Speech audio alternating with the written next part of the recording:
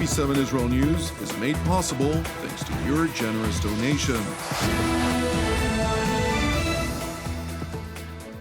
Shalom, good evening. This is TV7 Israel News broadcast to you from Jerusalem. And in today's top stories, Israel is stepping up enforcement of government-enacted restrictive measures which remain in effect as the upward trend of newly confirmed coronavirus cases persists. Egyptian President Abdel Fattah al-Sisi instructs his armed forces to be prepared to carry out any mission amid rapidly mounting tensions with neighboring Libya over Turkey's growing military involvement. France has accused Turkey of threatening one of its battleships in the East Mediterranean as it executed a NATO mission to enforce a UN arms embargo on Libya. Israel is stepping up enforcement of government-enacted restrictive measures which remain in effect as the upward trend of newly confirmed coronavirus cases persists.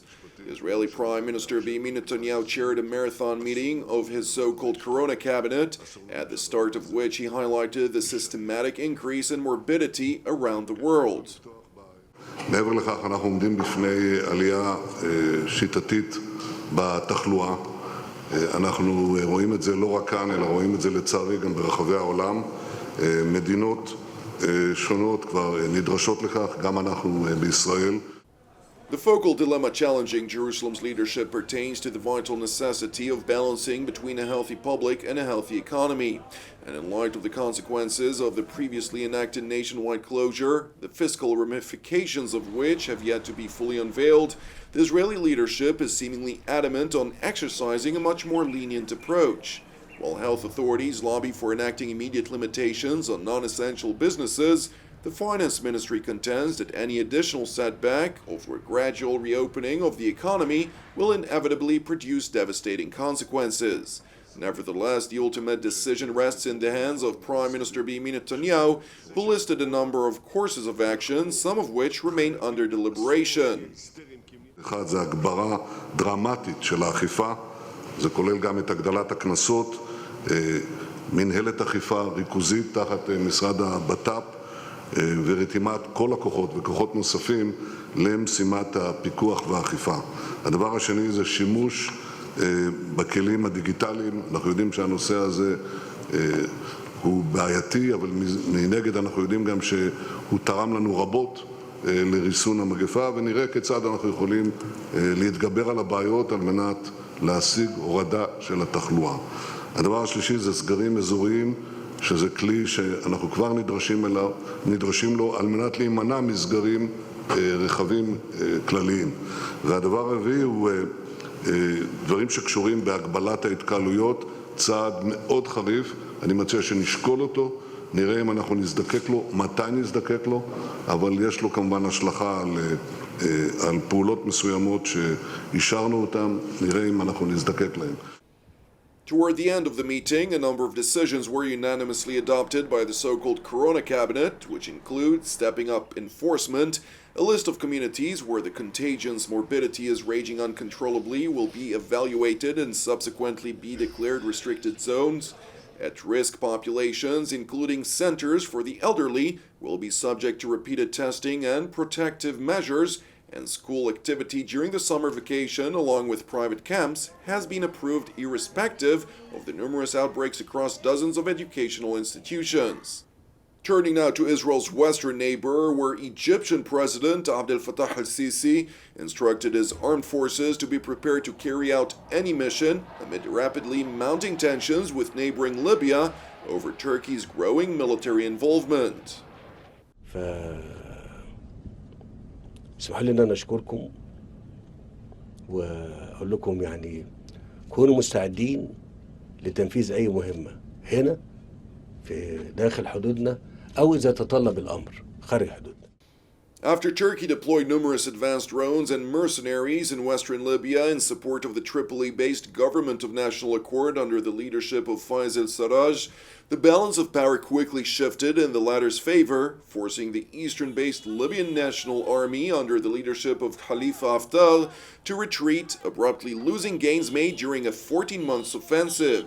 Infuriated by the latest developments, the Egyptian leader threatened the forces loyal to the Western-backed government of national accord not to cross the current front line with the eastern-based Libyan National Army, calling it a red line for Cairo. إنما إذا كان يعتقد البعض أنه يستطيع أن يتجاوز الخط سرت الجفرة ده أمر بالنسبة لنا خط أحمر. Well, the Egyptian president called for a ceasefire in Libya earlier this month as part of an initiative which also proposed an elected leadership council for the country under international supervision, a move welcomed by the United States, Russia, and the United Arab Emirates. Turkey, on the other hand, quickly dismissed the Egyptian call as an attempt to save Haftar following his battlefield losses. Consequently, and in light of the bolstered Turkish involvement, the Egyptian president announced that the situation has now changed and openly offered Libyan tribes both weapons and training to fight the Tripoli-based government and its Turkish patrons. لن يدافع عن ليبيا إلا أهل ليبيا، وإحنا مستعدين نساعد ونساند ده. هاتوا النهارده من شباب القبائل من عندكم وتحت إشرافكم ندربهم ونجهزهم ونسلحهم تحت إشرافكم.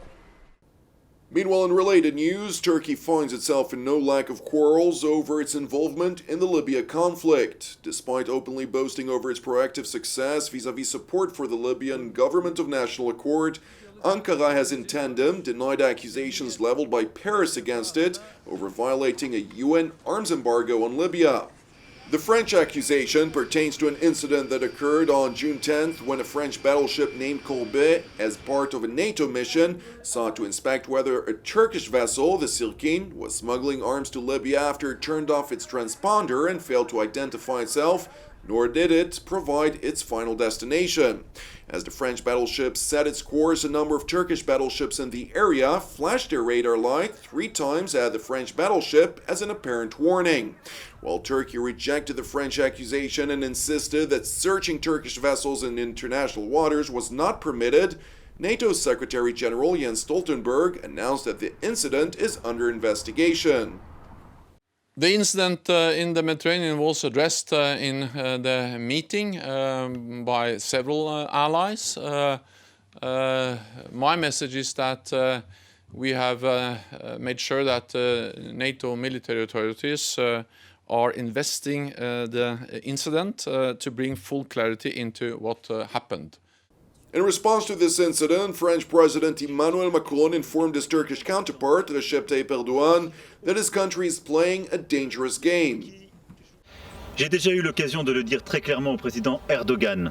Je considère aujourd'hui que la Turquie joue en Libye un jeu dangereux et contrevient à tous ses engagements pris lors de la conférence de Berlin. Speaking alongside visiting Tunisian President Kais Saied, the French leader further condemned NATO for not denouncing the Turkish actions. Et lorsque je regarde ce qui a été fait la semaine dernière sous commandement OTAN au large de la Libye, je considère que c'est inacceptable. Et je vous renvoie à mes déclarations de la fin d'année dernière sur la mort cérébrale de l'OTAN. Je considère que c'est l'une des plus belles démonstrations qui soit. Lorsqu'on a 2 membres de l'OTAN qui sont amenés à être confrontés à la situation que nous avons eu à vivre, avec si peu de dénonciation, c'est intolérable. Donc voilà, je vous le dis avec beaucoup de clarté, tant que nous continuerons, membres de l'OTAN, européens, partie prenante de ce sujet, à être faibles dans nos propos ou à manquer de clarté, nous laisserons le jeu des puissances non coopératives se faire.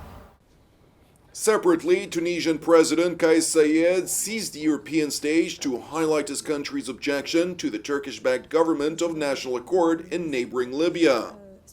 إلى أن السلطة القائمة في طرابلس تقوم على شرعية دولية، ولكن هذه الشرعية الدولية لا يمكن أن تستمر، هي شرعية مؤقتة ويجب أن تحل محلها شرعية جديدة، شرعية تنبع من إرادة الشعب الليبي.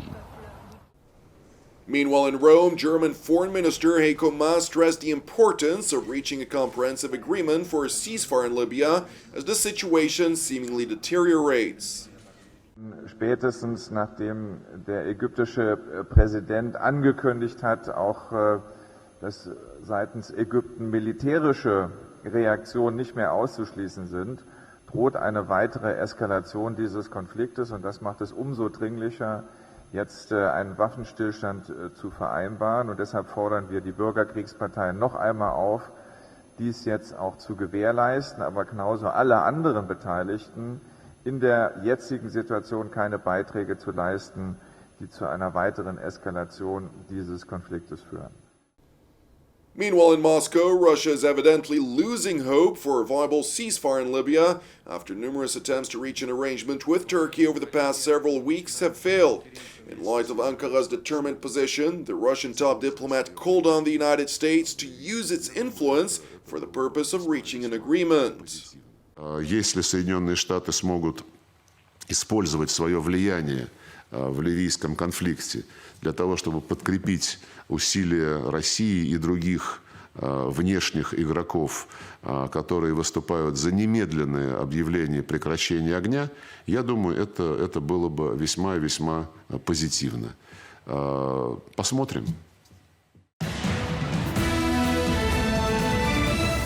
Thank you for watching us. As part of TV7's Global Prayer Initiative, I would like to encourage you today to join myself and the team here in Jerusalem to pray for the salvation and peace of Latvia, alongside our ongoing prayers, of course, for the peace of Jerusalem, the salvation of Israel, as well as for all those who are impacted by the corona contagion worldwide.